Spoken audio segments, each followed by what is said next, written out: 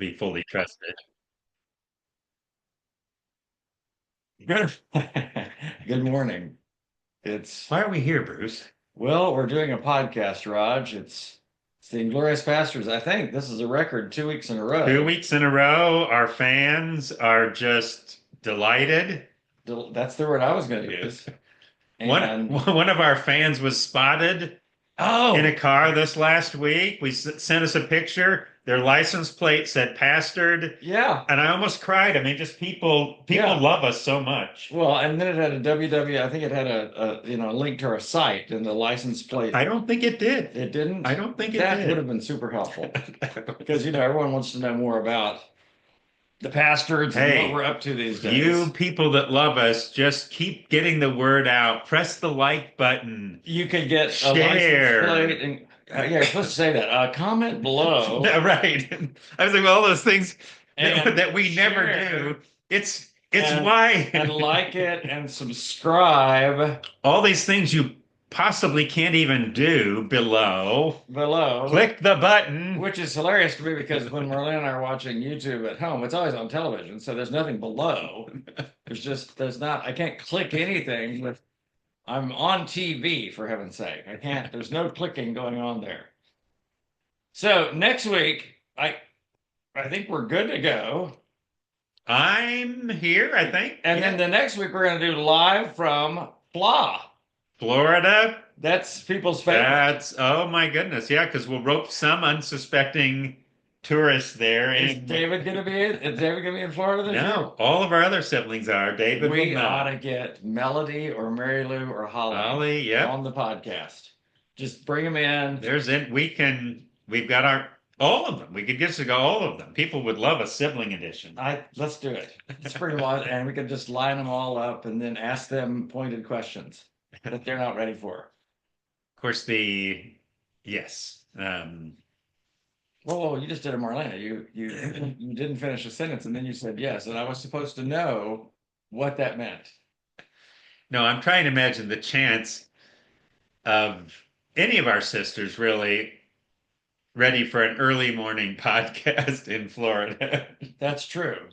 This is They do tend to sleep in a little more than we do. They are younger, right. and at our age, let's face it, we wake up at 4 o'clock, breakfast at And go to 4:30, bed at 8. lunch around 10, dinner at 3, and bedtime at 5. That's why we love the winter so much because it's dark at 5. I'm like, oh good, I can go to bed.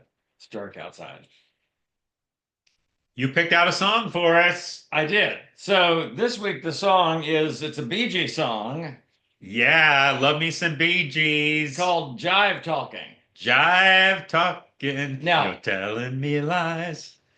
good loving, Loving it that. gets in my eyes, which is an interesting lyric we're going to talk about here in a minute. But I wanted to let our listeners know the first time that I heard Jive Talking, that I remember it. I have a clear Uh-huh. memory. I was in your Pontiac Catalina Okay. outside the church. I had Jive talked my way out of Wednesday night service. And I was in your Pontiac Catalina, and I remember ducking down because Ted Hollingsworth would walk by to see if there were people. So I was ducking down and I was listening to Jive Talking on your little cassette player, or maybe it was an 8 track. I don't even know what it was. Probably without my permission. Oh yeah, absolutely. You have no idea. Well, Roger, you were in the service.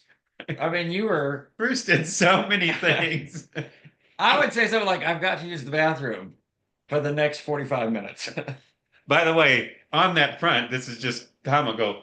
The song didn't start off Jive Talking. You realize that we went by a different title early on and they changed it. It was going to be, What?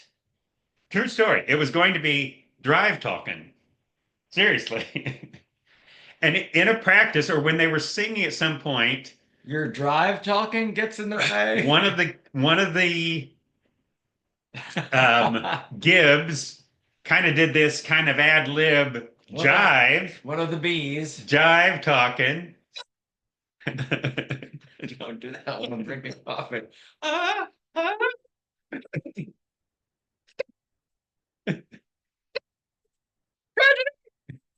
That's,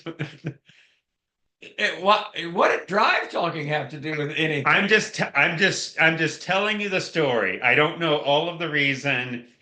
Jive Talking was a better name by far. Um, Well, considering the lyrics, right. unless the song was still live drive talking, no one believes where you go. Drive talking, it's all for You show. won't let me go. Right. I'm a hostage in my vehicle with your drive talking.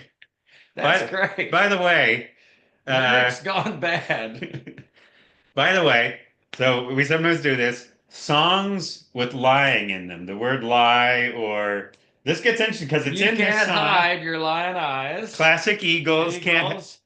Um, but they're tell me lies, tell me sweet little lies, tell me Tell me lies. sweet little lies. Um, Take It on the Run, Baby. I'm not sure it has lies specifically in it, but it's an REO Speedwagon song about a lion. about yes, and that can count even if you think about the Doobies song "What a Fool Believes." Yes, Anyone can tell as she rises to her apology. Anybody else would truly know he's watching her go. and this is that song when he talks about that point where everyone else like nobody believes what you say except for me, and you leave me looking like the dumbstruck fool. Yeah, So, and it reminded me of that song because yeah, that's what a fool believes. Because this is my take on the song. This guy is so in love with her. Good loving. He loves her, but he knows that she lies, and it creates this. So the good loving gets in his eyes. It's like I can't see clearly. And I thought about the disequilibrium that lying creates in a relationship. What's true and what's not. right. You like this person, you love this person, you hope that they love you, but if they lie about other things, where are they telling the truth? Yeah, Like when you say you love me, what is that true? Is that not true? And it was like he couldn't see clearly. He kept saying, your good loving gets in my eyes, your jive talking gets in my eyes. It's like all of this, I can't see the relationship clearly, but you got the sense that others were going, yeah, nobody believes what you say. And it leaves me to look like the fool yeah. because I'm going, okay. Because there's a line in there where he says, so misunderstood. Yeah. Like you can almost hear her saying, oh, no, no, I didn't say that. You misunderstood. He's like, Oh, okay. okay. I thought you said that you would be here Tuesday, but you were not. No, you misunderstood. I said Wednesday. It's Wednesday. I was going to be here on Wednesday. This is actually on you, right? You. So, in that sense, it's also a song about gaslighting, which is an interesting term because I don't know, lighting the gas, you put a match. I don't know why that has anything to do with deceiving someone. Strange. Yeah. So, um, no, I think that the why we lie in relationships. I was actually wondering, like, what is the lie of the lie? What So this is my journey of lying. So you know me, I was a you're a much professional. better liar than I I. was a jive talker all through high school. Right. Now, what was interesting about it is mom and dad trusted me more than you or David, which is fascinating. Even though you couldn't hide your lying eyes, they couldn't see it. But they couldn't see it. I could because I was at a Bible study at Betsy's house, and her mom and dad were both there leading the study, and it was very Edifying. very edifying. That would be a word that. Well, but right, because we've talked about it before. But I realized when I was lying then, I had a algorithm going in the back of my mind, which is what are the chances they're going to check the alibi? Right. Okay, and what are the chances? I mean, how much scrambling would I have to do if they did? And in my mind, mom and dad trusted me so much. I'm like, unless I'm coming in at 2 o'clock in the morning and I look stoned, they're just not asking questions. Yeah.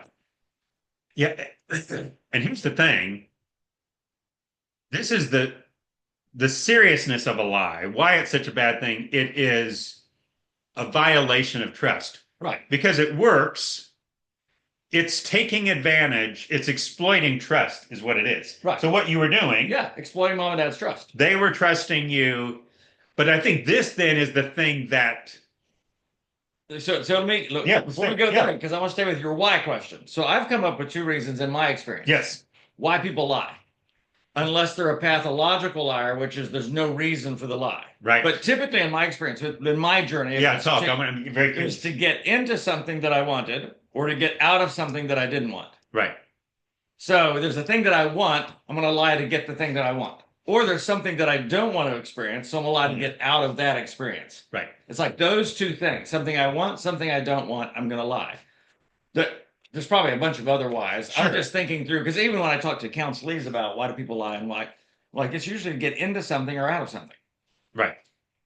There's something that I want. Why would a coach lie about going to a college that they never went to because they want to get this job at Notre Dame, Right. this prestigious school? So yeah, you think about how often, someone falsified a resume, and they're going on the algorithm Right. of what's the percentage that someone's going to check the matriculation records at Fordham to see if I actually went there. Yep. Particularly if you're already an established coach, because this actually happened, you're an established coach with a track record. Mm-hmm. So who's going to check the resume in that sense? Yep. Your resume, at least your understanding of it, is your win-loss record. Right. And if that win-loss record is good, it's a good resume. But someone checked and found out, this person didn't actually graduate from that school. Right. Yeah. I just remember when that happened, I was like, and you're right, it's an exploitation of trust. And there's where, and by the way, I'm not throwing that person on the bus. Like I said, I've struggled with lying all my life. I get it. And this is part of it. You think about the ripples. So it's a violation of trust. Well, then after the fact, there's the wound of, I trusted you, but there is the feeling like a fool. And this comes out even some of the songs is, yes, I believed you and I was an idiot. Well, but of course, trust isn't an idiotic thing. Trust is a beautiful thing, but when it's violated, then there's this wound of you took advantage of me, you made me look like a fool. And that's where we get the little phrase, fool me once, shame on you. Fool me twice, shame on me. This guy was in the fool me twice mode. Right. I want this person, I want to be in relationship with this person so much that I'm dismissing all of these lies. Everyone can see it. You're saying you're misunderstood, but he's like, but you're really no good. But he can't, the good loving gets in his eyes. He can't seem to shake. There's parts of the relationship that he loves. Yeah. And so he's willing to put up with all the jive talking, although he says it gets in the way. Yeah. So then there's this, the part of the heartbreaking thing there, the fool me once, that line is, this is one of the ripple effects of lying, is it affects a community. I mean, it has, because once someone's been lied to, their trust quotient goes down a little. Mm-hmm. You get lied to again, and then where we start saying, I'm not letting that happen to me again. And so it's not you're not just trusting the lying person. Right. Now you stop trusting everyone. I can't trust people. And this, even in the larger picture, like once like a leader lies, a media personality, people with a following, people who have influence, the ripple effects now of someone, a pastor, a politician, a parent, someone on whom people are banking to be credible, banking. Now you can create this thing, and I see it a lot even in our culture, like, oh yeah, people, there's been so much jive talking from so many key or powerful people that I can't trust anybody. Right. And what then happens if you become a family, a couple that's built around jive talking, a country, a whatever, a church, and people don't know what to trust anymore. When trust goes away in a community, I mean, that is about the biggest loss. Yeah. I'm wondering even what the long-term implications become. If nobody trusts anybody, right, you become more and more isolated, cynical. And it's this very fundamental thing where we should be able to take things at face value. Yeah, even when I think about buying and selling. Right. Like, can I trust this person to buy this thing? Can I trust this person to pay for this thing? Can I Yep. trust what I'm buying is actually what I'm buying, or is it not working, or is it Yep. all of those things are affected? I was like, if because I was thinking about the opposite. Did you ever see the movie with Jim Carrey, Liar Liar? Yes. Is that the one? Man, I may be getting two movies confused, but there's one movie, and this may not be the one, but there's one movie where no one has ever lied. As no one has ever lied, so everybody trusts Yeah, I everybody. don't think that's Okay, so right. it's not Liar Liar. It's a different one, but it's I think it's a Jim Carrey movie Oh, okay. or Steve Carell, one or the other. But oh gosh, now I need to look it up. It's so interesting. So it's no one has ever lied, Roger. So imagine a world where no one has ever lied. Yep. It's almost a Garden of Eden thing. Yeah. But he's like he needs money for this thing. He doesn't have it in his bank. He looks at his bank account. He's got like $20 and every needs $750 to get this thing. He walks into the bank and it's almost like a ding. You hear a physical ding go ding. He's like, "Hey, I had $750 in my bank account, but this is showing $20." And she goes, "Oh my gosh, I am so sorry, Mr. Jones. We will get that $750 put in there right away." Nothing because no one's ever lied. Right. There was no space in anyone's brain for lying. And he's like, oh, it's almost like original sin. Well, and right, it's a beautiful because that is what That way things are made to be. In other words, well, it wasn't the lie at the beginning right, that created right. what we know as original sin. Everything started right With Jive Talking. with God darn it. I didn't realize how deep this was going to go today. We all are the way in the back rabbit to hole. Genesis 3. Yes. Oh my gosh. The So serpent was doing some jive talking. but here's what's interesting, and maybe that's partly the answer to a question that came up. Because there are multiple songs. Tell Me Lies, Tell Me Sweet Little Lies. James Taylor has a song, um, Do Me Wrong, Do Me Right, Tell Me Lies, but Hold Me Tight. Um, there's another one. This I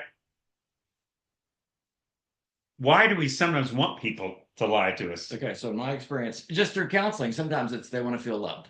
Yep. This person makes me feel loved. So I will put up with all sorts of craziness because they make me feel loved. Right. Even where you think, but hold me tight. I just I don't want to be lonely tonight. Was the thing is the James Taylor song. It says, so even if this isn't real, even if it's but I'm in the moment, you're holding me and that feels good. I even the idea, even that the line of people have itching ears, there's sometimes we want the prophets to tell us a lie A lot. because we can't handle the truth. Yeah. The truth is, or even where sometimes, like when someone confronts me about something, well, they're telling me the truth about, but I don't want to hear it. Honestly, there's some part where in some part of me, I like it when you say the good things about me. Let's just say, or let's not. So we're always better getting the truth, but I think there can be this part of us that, Well, and okay, so even when I think to get out of something, so even to avoid conflict, yes, sometimes we'll not tell the truth. yes, I think if I take a microcosm of it, that great is a progressive commercial, whatever it is, where Abraham Lincoln and Mary Todd walks up behind him, and she's like, "Does this dress make me look fat?" oh, I don't think I've seen that.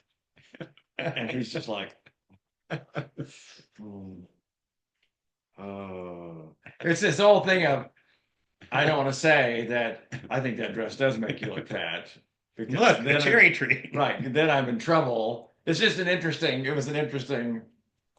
And it's the thing of, and part of the lie of the lie is this is making things better.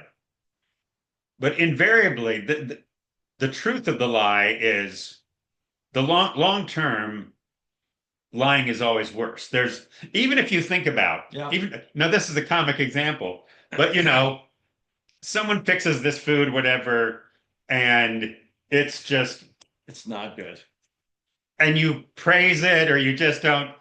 And then the next time see it again. the next time you see it, You sit and now you And I made extra for you to take home in this little Tupperware container. and at some point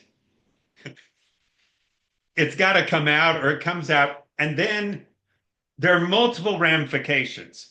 The pain we were preventing them from at first, they're getting that It's like even more, multiplied.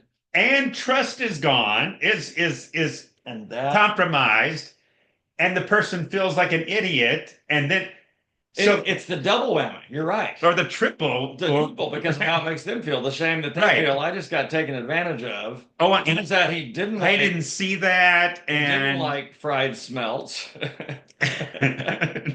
what's a fried smelt? Have you ever had a smelt? What I don't even know what a smelt is.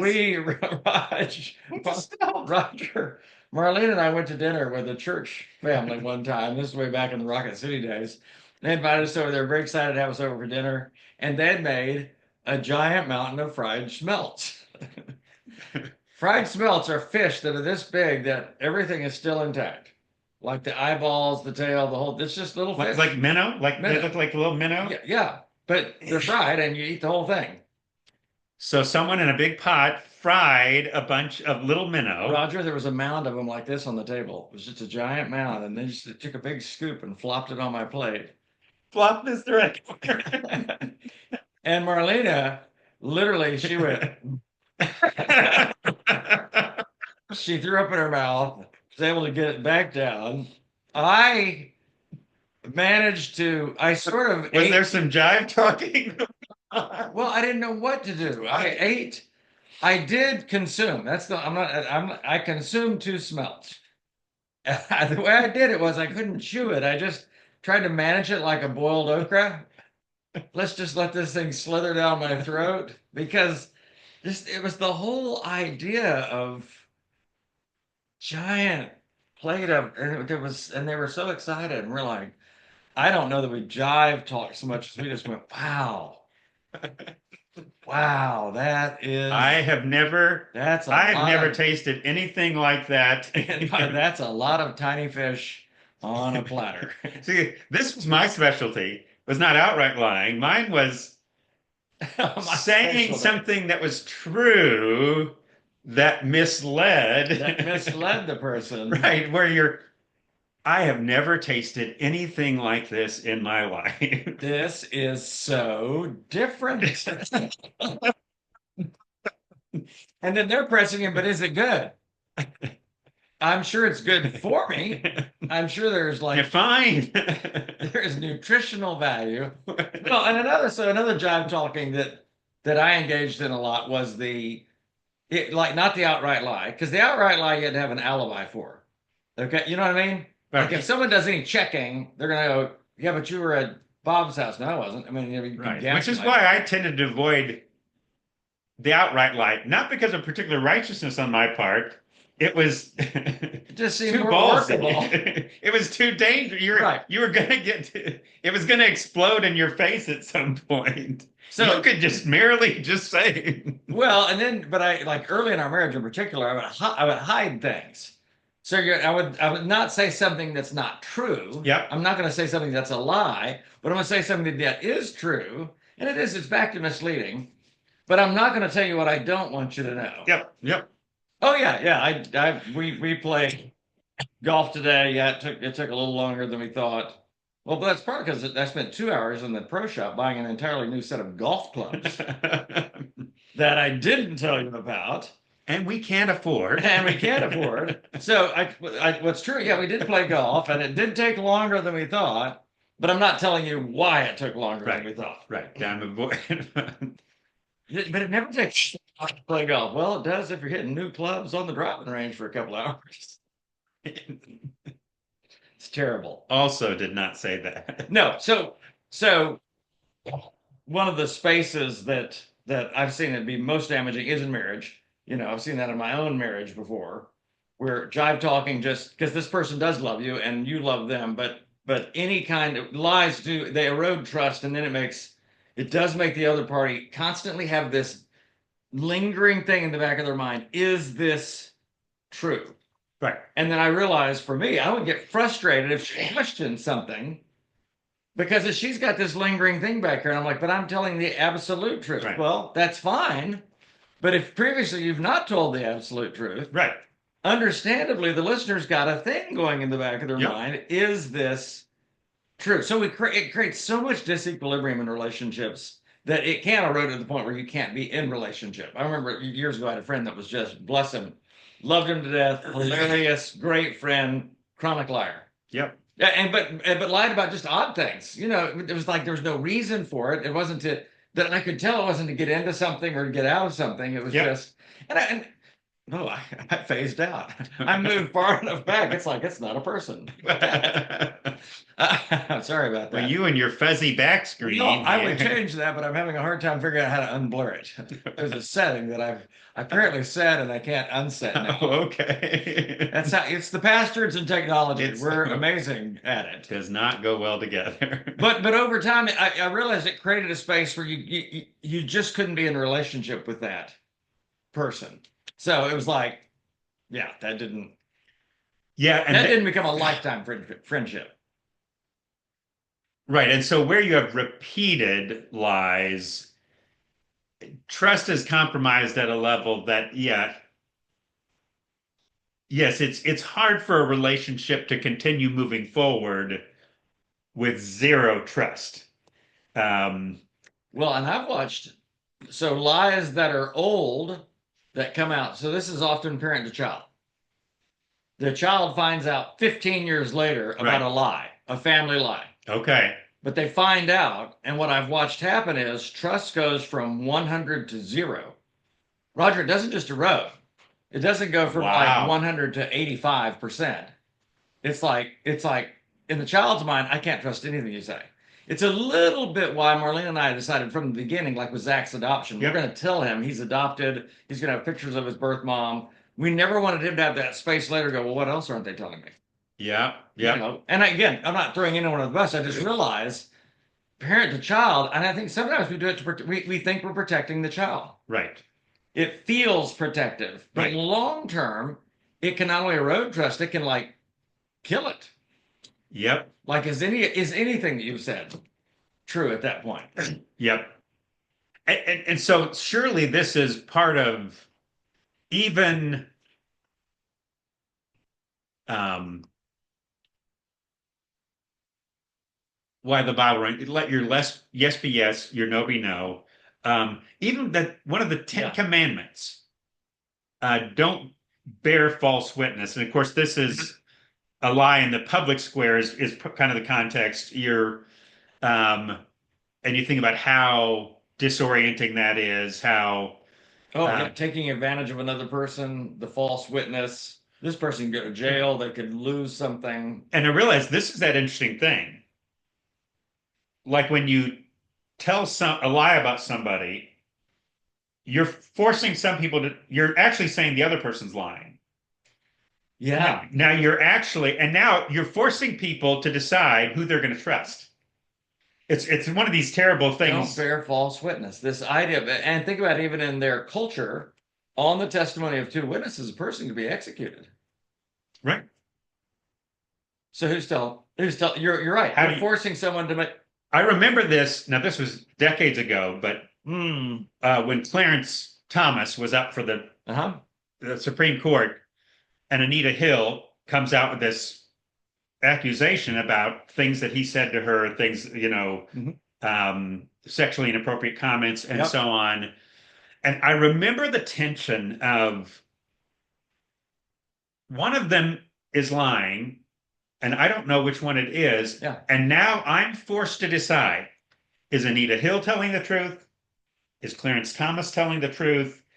And this is the thing, a lie, often in that kind of case, is you're saying somebody else is a liar. It's not just, And it yeah, can alter the course of someone's life. yes, Entirely alter the course of someone's absolutely. life. Yeah. So it's that world in the movie where there are no lies you think about. And if I look at my best understanding of the new heaven, new earth, is that's what it's going to be. And you think about the freedom of that. no mistrust because, you know, no lying, no, we simply our yes is yes, our no is no. And yet God wants us to get there now. He wants us to eliminate the jive talk and he wants us to um, be more straight up. And I guess it's just, yeah, God give me grace and wisdom, even in this day. So the words I say, the insinuations I make, that they, yeah, they're marked by integrity, that they can be trusted. Well, and I just thought of one more thing as we're like wrapping up. Yeah. Oh, We're jive talking. How often do we lie? oh, that's good. I mean, because it's part of what he's wrestling with in there. Part of him knows he's lying to himself. Yes. You're so, because he says you're so good at one point, but then later he goes, "You're just no good." But you're lying because it's what you want to believe. It's what you want to believe. A boxer, Paul Simon, still a man hears what he wants to hear and disregards the rest. Yes. That line from his song. I I believe a lie because it's what I want to hear. Yeah, I can't tell you how many times I've bought a car, lying to myself, going, "I can pay for this. I'll figure it out. I can make more money.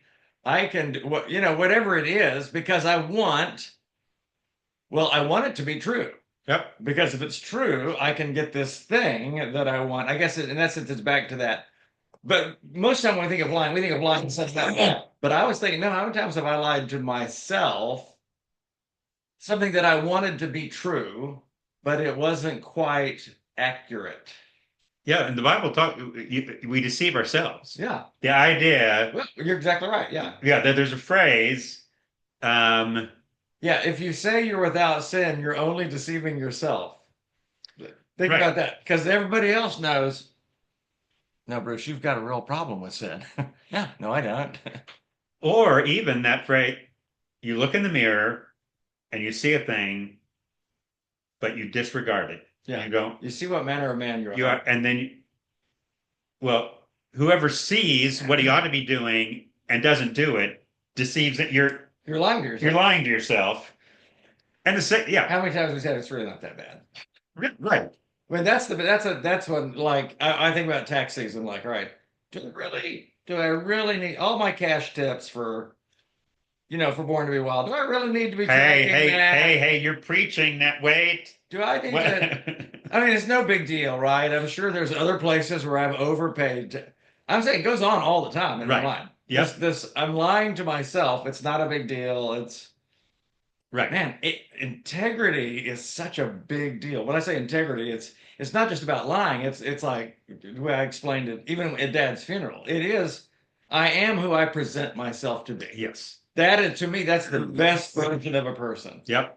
If I know that the person you're presenting yourself to be is that who you actually are, that's a good thing. Yeah. In other words, I think about our dad. I don't like everything about our dad, but I love the fact that Dad was who he said he was. Dad was who he. When I say I didn't like everything about Dad, we were very different about certain things. But I admired, I respected his integrity because he was who he said he was. Right. So we didn't have that tension. Dad's sharing messages in sermons, and it's like we know. Does he really believe this? Yeah. I even appreciated Dad would sometimes give multiple views of something. Yes. Because he wasn't sure about it, or I think sometimes Dad might have had even a personal view that was different than the mainstream. So he's going to present all three. Yeah. You can look at this is three different ways you can interpret that. Yeah. Even that's integrity. Yep. Versus saying, I know I'm right. This is the only way it can be. Because then you're lying to yourself. Anytime you say this is the only way it could be, it's like, well, hold it, wait. Anytime you're saying, I can't be wrong. Yes. You're definitely lying to yourself. But you're deceiving no one else. Right. You should have written the book I'm Never Wrong. That would have just been great. Just telling you, folks, our listeners out there, you can't hide your lying eyes. So stop your jive talking.